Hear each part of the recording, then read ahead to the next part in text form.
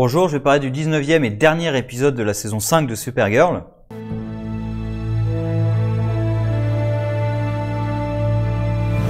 Alors, rush. Vraiment, c'est un peu normal puisqu'ils ont dû écourter et réussir à mettre une fin à cette saison. Alors, fin qui est vraiment en suspens. Tout de suite, sur ce point, je pense que la fin était quand même très mal gérée. Je veux dire, la fin, les scènes pour teaser la suite, ils auraient dû, je pense, ne faire que la scène de Lex, qui donne le truc à sa mère, et ne pas faire la scène où Gemené, il me semble. J'arrive jamais à me souvenir. Gemma, mais je crois que c'est Gemené, parce que j'avais Gemenon en tête, mais non, je crois que c'est Gemené, qui se transforme en Terminator, quoi. Parce que, je pense que ça aurait été mieux de la laisser en suspens de est-ce qu'elle est morte ou pas, d'avoir Lex qui prépare son plan, et s'arrêter là en fait. Je la trouve un petit peu en trop. Enfin, ça termine sur une scène où voilà, elle pète les plombs comme ça et cut. Je sais pas. Alors là, c'est vraiment un sentiment, mais j'aurais pas mis cette scène là. Franchement, c'est un truc que j'aurais cuté pour laisser le suspense. Et ensuite, en début de saison suivante, se rendre compte que oui, tiens, le corps a disparu. Qu'est-ce qui s'est passé? Bon. Sinon, oui, l'épisode est extrêmement rush. Alors, il y a des trucs qui sont satisfaisants. C'est par exemple Lina qui s'en prend plein la gueule par Kara avec un bon speech de Kara, un nouveau. Parce qu'il y avait le premier quand elle avait dit à Lina j'arrête de me sentir coupable. Tu fais tes propres choix. Je sais plus dans quel épisode, hein, mais c'était l'épisode où elle lui a dit tu fais tes propres choix maintenant. J'arrête de me sentir coupable. D'accord, je t'ai menti une fois, ça suffit quoi. Et là, elle lui fait exactement la même chose. C'est moi je t'ai menti sur mon identité, rien d'autre. Pour te protéger, parce que tous les autres sont en danger. Alors, je trouve toujours cette explication très con, en fait. Surtout pour une Lina Luthor, en fait. Parce que elle est souvent quand même sous le feu sous le feu, tout simplement, sous le feu ennemi. Donc c'est un peu con la raison, mais voilà. La raison pour laquelle elle a menti, c'était une bonne raison, finalement. Même si, une raison altruiste. Même si pour moi, c'était pas une bonne idée. Mais bref. Et elle, par contre, elle lui renvoie dans la gueule. Toi, en revanche, tu m'as menti, tu m'as manipulé pour te venger. Donc voilà, donc arrête quoi. Arrête de dire que c'est moi qui ai fait n'importe quoi. C'est toi qui fais de la merde là depuis ce mid-season. Donc même avant le mid-season d'ailleurs. Donc voilà. En même temps, c'est les scénaristes qui ont voulu faire de la merde avec Lina. Donc oui, ils ont fait de la merde avec Lina et maintenant, ça va être difficile un peu à rattraper tout ça puisqu'elle va être dans un guilt trip permanent. C'est un peu chiant. Mais ça fait plaisir qu'elle se prenne plein de trucs dans la gueule. Et ensuite, il y a le vaisseau que Lex a enfin trouvé, avec une protection des radiations, un truc comme ça, qui te tue au bout de 10-20 minutes. Alors, c'est pas vraiment un système de défense, finalement, qui en plus prévient personne. J'adore, moi, le système de défense qui est capable de t'envoyer des radiations dans la gueule, mais qui déclenche pas d'alarme. Puisque Brainiac réussit à s'infiltrer tranquillement. Il est caché derrière les murs alors que les mecs sont présents. C'est assez grossier. Et il s'infile dans le vaisseau, il n'y a pas d'alarme, il n'y a rien. À la limite que Brainiac soit capable de couper les trucs, je dis pas, hein, mais il le fait même pas. On le voit même pas couper les machins. On le voit entrer un code, mais c'est pour ouvrir la porte. D'ailleurs, c'est bizarre. Parce que s'il a un code pour réussir à ouvrir la porte, pourquoi est-ce qu'il aurait pas un code pour désactiver les défenses ou un truc comme ça? Ou pourquoi il serait pas capable de désactiver les défenses? Ou même, question vraiment toute conne, je ne comprends toujours pas pourquoi il avait besoin d'être dans le vaisseau. Parce qu'il sort une explication genre, il faut que je télécharge le programme de miniaturisation dans le vaisseau. Pourquoi il a besoin spécifiquement du vaisseau des méchants ou il a juste besoin d'un vaisseau et il s'avère que celui-là marche? Parce que il fait rien contre le vaisseau après. Après, il utilise sa bouteille pour piéger les types. Donc, est-ce que c'est juste qu'il avait besoin d'un hardware pour télécharger le programme quelque part pour pouvoir utiliser la bouteille? Et du coup, il aurait pu utiliser à peu près n'importe quoi d'autre, mais il décide d'utiliser le vaisseau des méchants. Après, est-ce qu'il avait juste besoin du vaisseau pour téléporter les méchants ici pour pouvoir les piéger? Puisqu'on le voit les téléporter dans le vaisseau. Donc, est-ce que c'est juste ça pour la seule raison pour laquelle il avait besoin du vaisseau? En même temps, il parle de télécharger le programme de miniaturisation.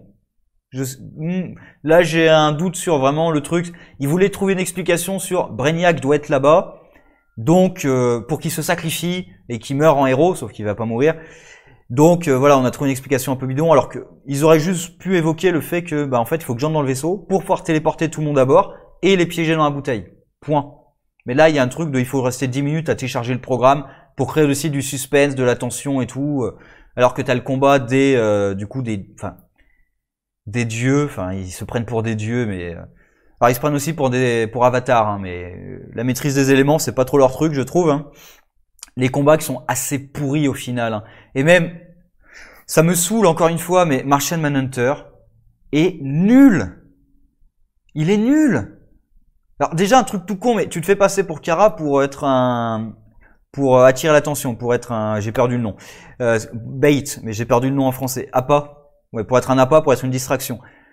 Bon, déjà c'est un peu con parce que leur truc c'est mais si elle décolle, si elle utilise ses pouvoirs, ils vont te détecter. Ouais, mais pour aller à l'X-Corp, elle a pas besoin d'utiliser ses pouvoirs puisqu'elle prend le bus. Donc pourquoi vous avez besoin d'une distraction, les mecs? Non, il y a aucune raison, c'est complètement con. Et la distraction, devant Ramakan et compagnie, il reprend la forme de Martian Manhunter. Mais pourquoi tu fais ça? Garde l'apparence de Kara jusqu'au bout. Fais-leur croire jusqu'au bout que t'es Kara. Parce que sinon, les mecs, ils ont qu'une raison de rester sur place. Ils comprennent que t'es en train de les baiser et que Kara, il doit être ailleurs en train de faire un truc important. Donc, c'est un peu con de prendre l'apparence pour finalement la dégager juste après. C'est un peu débile. Et il se fait défoncer en 3 secondes. Enfin, c'est Martian Manhunter quand même, merde. J'en ai marre qu'il serve à rien. Enfin, mais vraiment, dans cette série, il ne sert à rien. Même l'arc qu'il y avait avec son frère, qui aurait pu être génial, il a été rushé, c'était pas terrible. Pourquoi ils réussissent pas à faire quelque chose de bien avec Martian Manhunter? C'est hallucinant, ça. Parce qu'il est quand même extrêmement puissant, Martian Manhunter. Alors après, est-ce que c'est juste le fait que, comme c'est un shapeshifter, il devrait pouvoir prendre toutes les apparences et faire des combats vraiment dingues? Et comme ils ont pas les moyens, ils osent pas trop le faire. Mais Martian Manhunter est quand même ultra puissant. Même sans parler du côté télépathe, il est aussi extrêmement fort. Donc, utilisez-le. C'est quelque chose qui m'énerve. Surtout que je suis vrai, mais il devrait être capable de prendre Ramakan et compagnie. Alors peut-être pas tout seul, mais avec Megan à côté, tous les deux, il devrait être capable de les prendre, hein, franchement. Mais bon, non. Et là, il y a un truc que j'ai pas trop aimé aussi, c'est Dreamer dans l'épisode. Puisque toute la partie Brainiac, ça m'a plutôt plu, le fait qu'il doit se sacrifier. En plus, que comme il s'est ostracisé, il a été ostracisé par les autres, mais c'est un peu lui qui a cherché, quoi. Il est tout seul. Le fait pareil qu'il invoque un des Brainiac passés parce qu'il veut pas mourir tout seul. J'aime beaucoup ça. J'aime encore derrière le côté Lex qui est dégueulasse, qui vient le voir alors qu'il est en train de crever pour dire, tu sais, en fait, tout était prévu. Alors je pensais pas que tu irais jusqu'à être assez con pour te sacrifier, hein, mais j'avais tout prévu depuis le départ, donc c'est pas grave. Hein. J'adore ce côté-là. T'as Brainiac qui se sacrifie pour sauver tout le monde, qui pense mourir en héros et tout, et t'as Lex qui débarque. Non mais en fait j'ai tout programmé. Hein. Donc j'adore la mort héroïque du personnage qui est complètement écrasé par le méchant en fait. Manipulateur depuis le départ, j'aime beaucoup, mais c'est diminué énormément par le fait que Dreamer a justement des rêves de Brainiac, et du coup tu comprends dès le début de l'épisode, bon tu te doutes que Brainiac va être sauvé, mais la séquence où elle a un rêve éveillé sur Brainiac, tu comprends qu'elle va le sauver à la fin. Et c'est un peu con parce que du coup il y a plus trop d'enjeux à son sacrifice, puisque en plus déjà il peut rester plus d'un quart d'heure dans le vaisseau, le sacrifice est très long, c'est un peu chiant, et tu sais que Dreamer va venir le sauver, enfin peut-être pas Dreamer directement, mais enfin tu sais que l'équipe va venir le sauver, donc il y a plus vraiment d'enjeu à son sacrifice.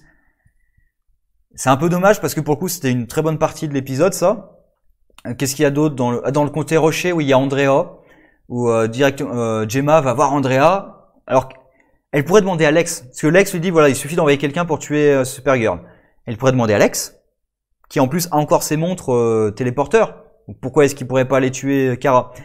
Elle pourrait y aller elle-même, puisque Lex a une montre téléporteur. Elle peut prendre son téléporteur, aller tuer Kara. En plus, elle a des super pouvoirs, en plus d'avoir de la kryptonite. Donc elle pourrait la tuer sans aucun problème. Même encore mieux, leur technologie permet de tuer les gens qui sont connectés. Pourquoi est-ce qu'ils peuvent pas l'isoler pour ne tuer que Kara? Question toute conne, hein. Alors après, on peut sortir l'explication, c'est une kryptonienne, ça marcherait pas. Ouais, l'explication est un peu facile à chaque fois. Mais bon, tout ça pour pousser Andrea à aller la tuer.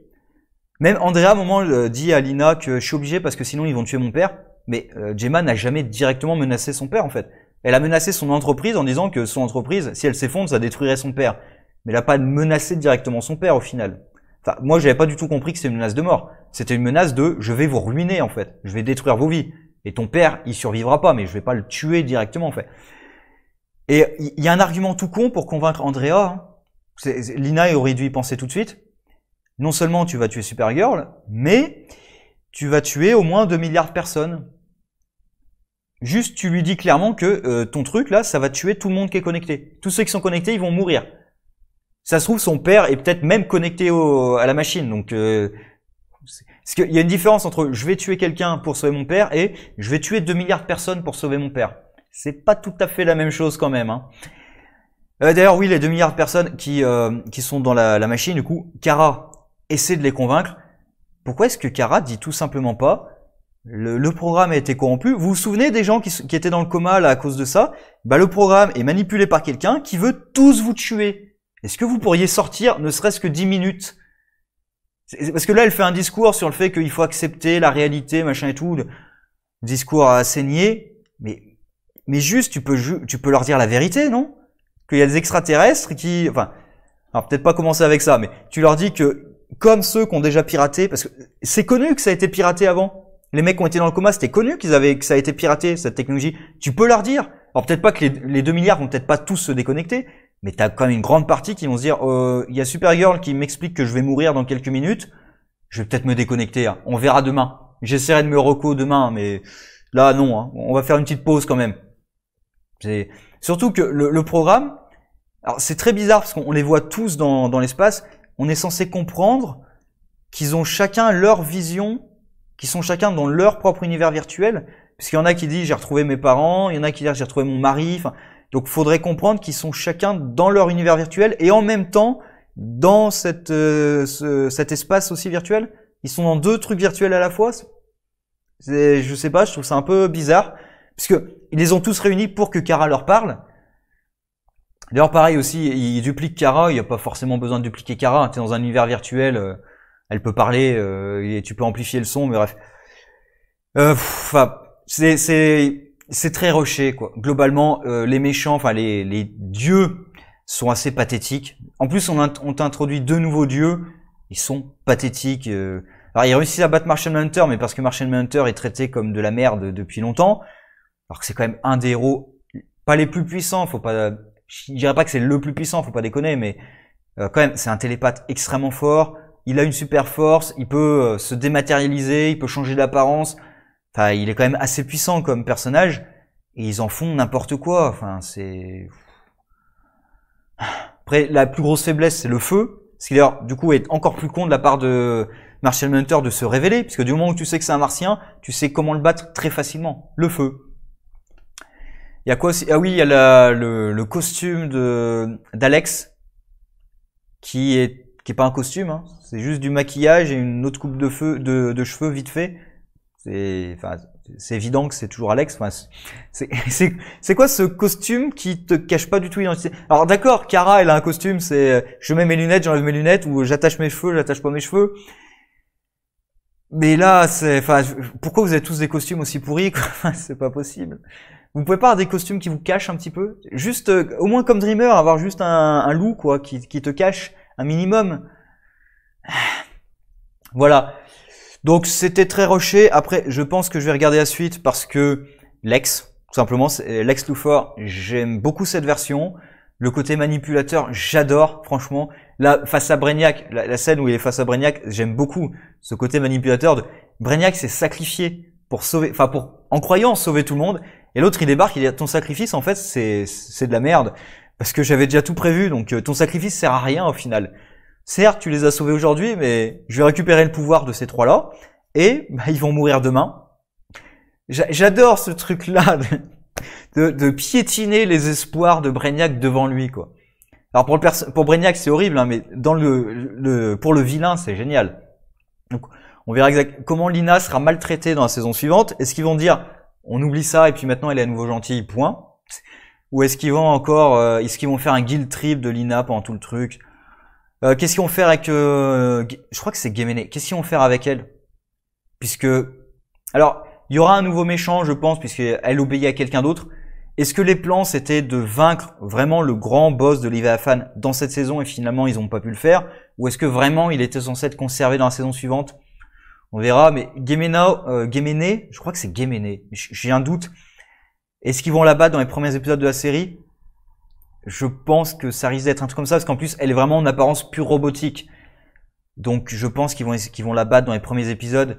Ce qui du coup, c'est un problème qui vont avoir beaucoup de séries, que va avoir Flash aussi, c'est il faut, enfin, soit il part sur l'idée que le grand méchant de la saison précédente qu'on n'a pas battu, on va l'étaler sur au moins une moitié de saison pour avoir un vrai final, au moins de mid-season. Mais du coup, ça change pas mal tout leur projet. Donc ça peut être problématique. Ou on règle le grand méchant de la saison précédente en 2-3 épisodes. Sauf que si tu fais un truc assez un peu dans l'idée d'un final, quoi. Parce que vaincre le grand méchant, c'est un final. Mais si tu fais un final en début de saison, bah, le rythme est pas terrible, du coup. Parce que t'as un rythme, ça commence vraiment avec le combat épique final, qui est pas forcément si épique que ça avec les effets de la CW, mais bref. Et ensuite, hop, t'as un plongeon et on reprend un truc un petit peu plus lent et on remonte un peu plus lentement. Ça peut être un rythme un peu bâtard comme ça, donc. Faut voir comment ils vont gérer tout ça. Après, sincèrement, Supergirl, je m'en fous un peu. Je vais rester parce qu'il y a Lex. Alors, s'il y a plus Lex dans la saison suivante, mais parce qu'apparemment ils comptaient faire que Lex soit battu dans cette saison. S'ils le font se faire battre dès le début de la saison suivante, à moins qu'il y ait un méchant intéressant derrière ou qui change un petit peu les dynamiques de l'équipe ou ce genre de truc, Brainiac peut être pas mal. Après, ils vont refaire sa relation avec Dreamer. Ils peuvent la faire moins conne, puisque sa relation était débile à cause du personnage de Brainiac qui était débile. Depuis qu'ils lui ont enlevé ses inhibiteurs et qu'il se comporte plus sérieusement, certes, j'aurais préféré qu'il soit beaucoup plus intelligent et qu'il soit capable de vraiment de jouer aux échecs avec Lex, ce qui est pas vraiment le cas au final. Il se fait manipuler du début jusqu'à la fin. J'aurais vraiment aimé que ce soit plus un combat d'échecs entre les deux, je l'ai déjà dit. Mais un Brainiac qui est un peu plus sérieux quand même, qui est moins débile, c'est beaucoup plus plaisant. Parce que c'est la raison pour laquelle il me gonflait moi Brainiac. Hein. C'est le côté débile, et débile quand le scénario en a envie pour faire des blagues en fait. C'est ça qui était pénible. Donc là, il est quand même beaucoup plus sympathique, paradoxalement, puisqu'il est un peu plus robotique, mais ça le rend plus sympathique pour moi. Donc peut-être que s'ils font une relation avec Dreamer, ça sera moins chiant et moins niais. On verra. Est-ce qu'ils vont oser le tuer? Je crois pas. Hein. Je crois qu'il sera encore vivant, que Dreamer va le sauver. Bref, je suis pas ultra hype. Hein. Déjà la saison suivante, Flash, je pense que je vais continuer, mais je suis pas sûr. Après, ils annoncent un Reverse Flash, donc peut-être ça peut être bien, mais Batwoman, je suis très content que ce soit le dernier épisode. Je l'ai pas encore regardé, mais je suis très content que ce soit le dernier épisode et que j'ai plus à en regarder après. Le seul moyen pour en regarder, c'est vraiment qu'ils me mettent tous mes persos préférés dans le même épisode, hein, mais vraiment. Et je pense que je regarderai juste pour être déçu par la destruction de ces personnages. Et This is Legends of Tomorrow, j'ai complètement arrêté. J'ai regardé que le premier épisode puisque c'était dans la Crisis. Mais j'ai arrêté pour une raison toute bête. Je n'aime pas le ton de la série. Donc, c'est ça. Vraiment, j'aime pas le ton. Donc, j'ai pas arrêté de le dire dans toutes mes vidéos. Donc, j'espérais que le ton changerait peut-être un petit peu avec Constantine. Ça a pas du tout changé. Donc, j'ai même pas fini la saison précédente.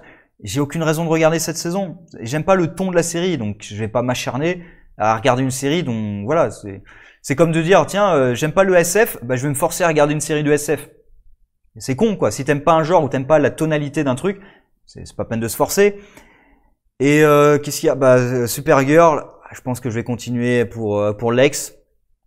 On verra après.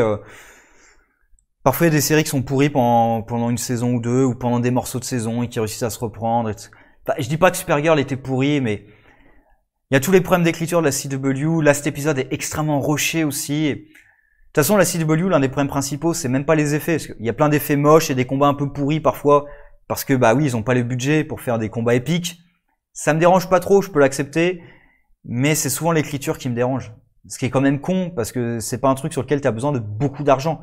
T'as besoin peut-être de temps, c'est peut-être ça qui manque. Ou peut-être d'auteurs qui s'entendent. Parce que j'ai aussi parfois l'impression que les auteurs d'épisode en épisode sont pas tout à fait d'accord sur ce qu'il faut faire.